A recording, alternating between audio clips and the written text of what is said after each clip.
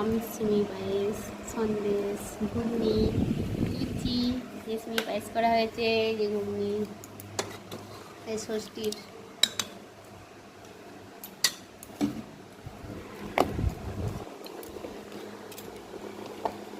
hello